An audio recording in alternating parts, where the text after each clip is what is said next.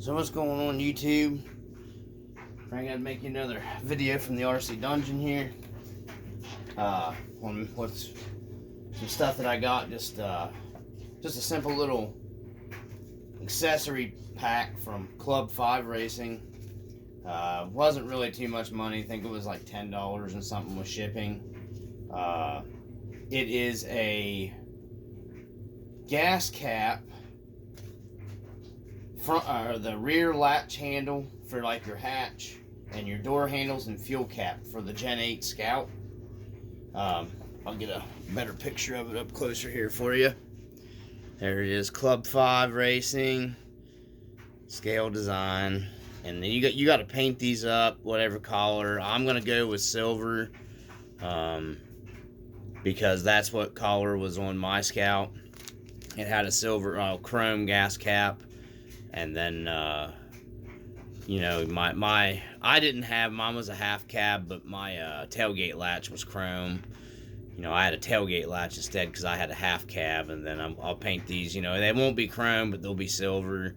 And I'm going to be using testers, enamel paint to paint this up with. So with that, you just take a brush and you can paint them up. And with that tester's enamel paint, you know, like the old school model paint, you don't got to worry about brush strokes and stuff. It doesn't show up as bad in the tester's paint. So, you know, I thought about spray painting, just laying it down, you know, and spray painting it, but I'm not going to do that. I may actually even take and go here and do the base here in black and then the handle in chrome for the rear latch. I'm not real sure. And the same thing with the gas cap. I'm not real sure yet. But anyhow, there it is. The part number. There you go. Is C-Gen8-0051. You know, I don't know about quality. I mean, they seem pretty well. They're flexible. You know, I mean, the rear lift gate latch comes, you know, it looks like it comes with the screws. You know, I haven't taken them out of the package. I'll get a better look at them later. Maybe I'll do the install. I'm not sure. You know, it's a pretty nice kit, though, for what I paid for it, I think. You know, I mean, they come in white. Sometimes I kind of wish they'd come in already, like, you know, like a chrome. You could get them in like a chrome or a black, but no big deal. I'll be painting them silver. I was going to go...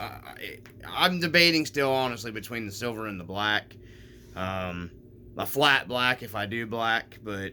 mine, like I said, my original Scout was chrome, so that's more what I'm leaning towards in doing. Alright, there's something else I want to go over with the Gen8. I'm going to grab it real quick. I'm not going to, try not to do a real long video here, guys. So I got, there's the Gen8. Let me just make sure the camera's focused good and everything. Let me move it up a little bit. Okay. So that's the, you know, the Gen8 we're working on.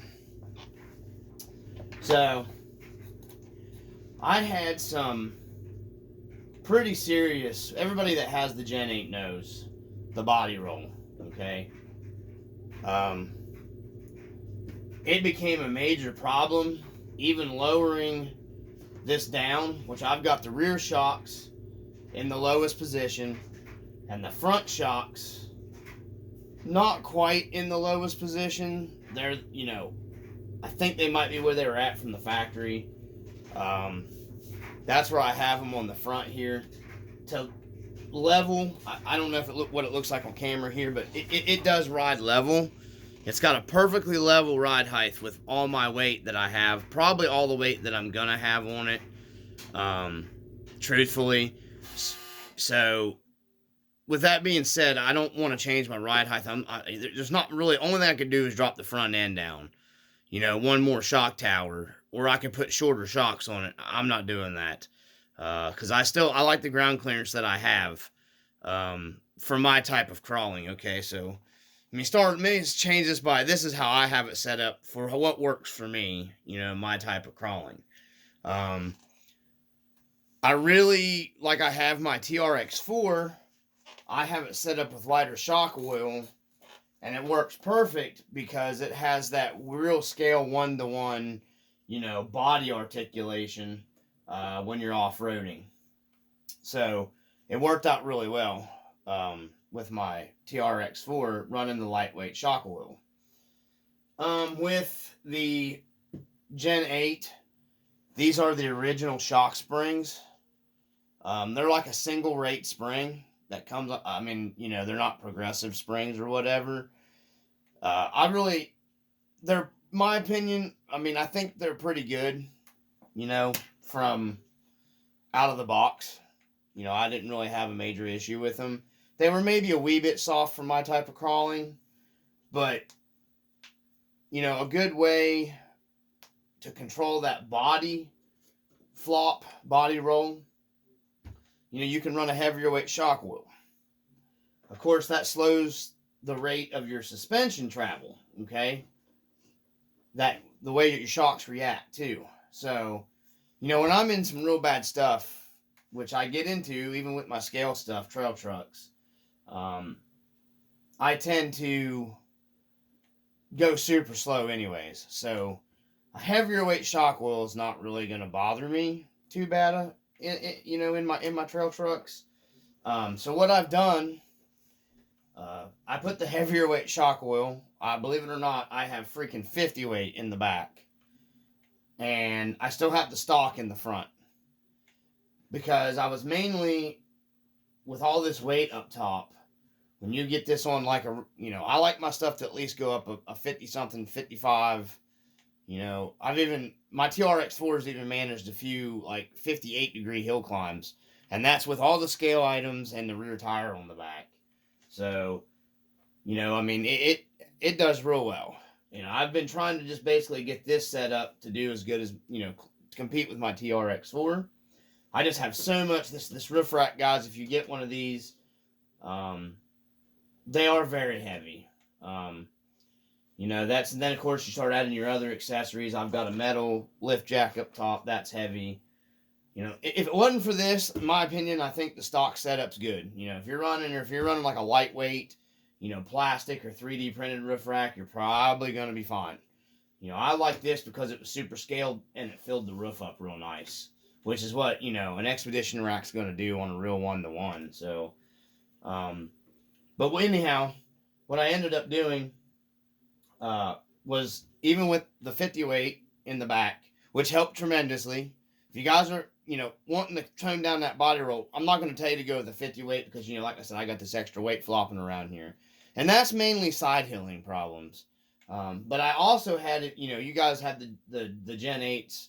You know, I've seen hundreds of people, you know, saying the same thing. You know, you get the torque, you know, when you're taking off, it'll flop to one side or whatever. The 50 weight in the back almost took care of, you know, that torque, that, you know, acceleration torque. Kept it more, I mean, it still does it a little bit because it's going to. I mean, a real 1-to-1 vehicle, you're going to get that. So, you know, I mean, especially a 1-to-1, you know, off-roader that is, believe it or not, coil linked with, you know, your set up almost like a crawler. You know, your real like rock crawlers or whatever have the, you know, 4-link suspensions and stuff and coil overs. They do that too. I mean, they'll torque up on you. I mean, that's a 1-to-1 does that. So that's what it should be doing. Okay, it's mimicking what it should be doing. Now, leaf spring vehicles do it, which a Scout would be a leaf spring in a real 1-to-1, because it would be a straight axle and a straight axle, you know. So, you know, I mean, I'm just trying to control it a little bit, because for my type of crawling, it just, with the roof rack on it, it wasn't working out. It worked. It just, you know, my real climbing style, it wasn't going to work for me. So, and I'm continuing to tune on it as I'm going. I can't run it right now because the weather's been absolutely terrible. I want to say these J Concept tires, these are the 4.75 green compound stock foams. These J Concept landmines, they've really grown on me. I was going to trade them, swap them out to some Proline G8 compound BFG crawlers, but to get a little more scale. But to be truthful, I'm really digging these tires. Are awesome, guys. You know, I don't know about wearability. I mean, I've got several packs put through this truck now. But man, it is fantastic. Um, these tires are great. So if you guys want something, they seem to work great on the rocks, decent in the wet. I mean, actually, they work really well in the wet. They conform to the terrain real good. If you're in the rocks, these are a high racks for sure. Personally, for me, I might like these better than my high racks. The only thing is, if you get a lot of weight on these, they do deform as they break in more and more. And that was, some more problems I had with my side hilling. Uh, these deform more with the extra weight. Plus, I got the brass on the bottoms. I got the brass here. I'm getting ready to add the brass inner portals. I've ordered them. They're coming because I needed a little more weight up front to keep my nose down a little bit more. And then I should be good because I've countered my weight bias between the front and the back. And with this roof rack on here, I'm just a slightly over too much towards my rear axle. So I just needed a little more weight. And I wanted unsprung weight down underneath. So that's why I'm starting with the inner portals. Hopefully that'll take care of it. If not, then I may end up going with, I don't really want to put the C-hubs on it in brass because I don't want to get that much weight on the front. I may end up doing that. I don't know. If not, then I'm going to get the RC four-wheel drive aluminum C-hubs for the front of this probably. Or I don't know. I'm still looking at different options. I don't want to get too heavy. Because you can go too heavy. You got to think you're dragging this weight up over everything too. For me, for my terrain, I don't want to go extremely heavy. I just don't want to go too crazy with everything with that. So, but anyhow, back to my suspension setup. I got progressive rate shock springs on here. I don't recall. I know they're a Red Cat spring, and they may be similar to what's on the Gen 7. They're probably what you'd consider like a medium spring. I mean, they're not like super way stiffer than these, but they definitely are stiffer. So I would say consider these a soft, and what I have on here is going to be more of a medium. And I've heard people running the green TRX4 springs, I think, on their Gen 8s and taking a lot of that torque, taking off out. I mean, this thing will still torque up on you. I think it torques this way, actually, now that I'm thinking about it. But, before, especially on a 3S, when you really punched it, it would, really squat down. It doesn't do that anymore. You just get normal what you would see from, a more one-to-one vehicle. You get a little body arch on it. That's just for me. The stock shock oil was just too thin for me. And then, like I said, I still ended up having to go with a heavier weight spring all the way around. Like I said, I'm pretty sure the Gen 7 springs is what these are, close similar to, or the Gen 7 medium. I know a medium spring would be what you would want, for this if you're going to run, because you got to work with your shock spring rate and your oil weight in your shocks on these crawlers. I know a lot of people say that it's not even really that important, but it is. You have to set it up for your driving style. What works for somebody might not work for somebody else. I'm just giving you guys ideas because I read all the time on like the Gen 8 forums about guys complaining, the body flopping around, which it's supposed to. Your body's supposed to move if you watch a Scout going off road, you're going to see the body, anything going, it's going to move, guys. But the Gen 8 does seem to, in my opinion, flop around a little bit much. When you get a lot of this going on when you're side hilling, and especially when you're turning, you'll see it'll arch up and your front wheel will start coming off the ground, especially when you got this weight up high. Which, unfortunately, in West Virginia, everything's on a freaking hill. So, no matter what, I'm almost always on some kind of off-camera crawling. So, I'm just, this worked for me to take care of that problem. And then just adding a little bit of weight. So I would recommend, I probably could have pulled just the counterbalance portal cover brass off the back and ordered just a standard portal cover brass for this and left the counterweighted one in the front. That probably would have been enough for me to get away with it. But I figured the heck with it. I'll leave. That way I have more side hill ability, all the extra counterweight balance down here at the bottom, and then add my inner and then go from there. And I think I should be good with just those inners. I don't know. I'm waiting for them to come in. I ordered them the other day. But everything else, I'm really super impressed with this. I do want to go ahead and get the Red Cat brand aluminum front and rear shock towers for it and the front frame piece. It's pretty pricey, but I am going to get that ordered for it because I don't like this plastic. I'm seeing a lot of guys running these out here in the winter and the cold and the snow, and they're breaking their plastics. You know, Red Cat's plastics has always kind of been that way. They've improved them a bunch, but their plastics have always been kind of that way. So I just want to eliminate that problem.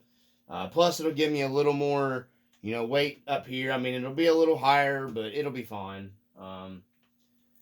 See what else we got coming for it. I'll do a video when I get my gas cap and my door handles and all that stuff, you know, on, and I'll get you guys a video what it looks like with that stuff.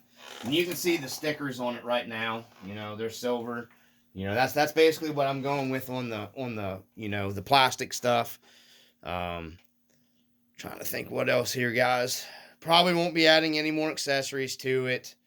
I plan on getting the limb risers, the hook into my roof rack that come down.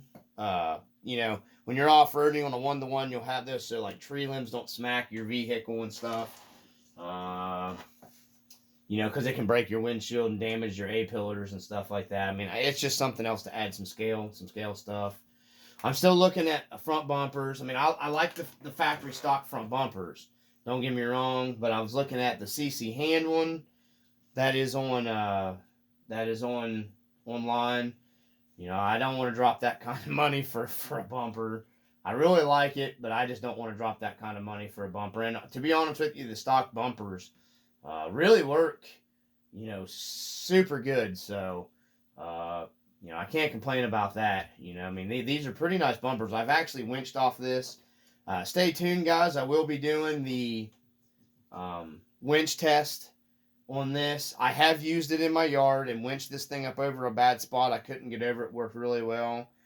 For you guys that are interested in that, I will be doing you guys a winch test. The weather here is terrible. You know, we're coming off of having like 7-8 inches of snow. Some places got over a foot. You know, so, you know, I went out and ran one of my crawlers in it yesterday. And it's just too, right now it's just too sloppy and muddy because now we're getting flooding from rain. So, but yeah, eventually I may be picking up maybe a different bumper for the front and the rear. I'm not real sure. I really like to look at that CC hand bumper, you know, for the front of this.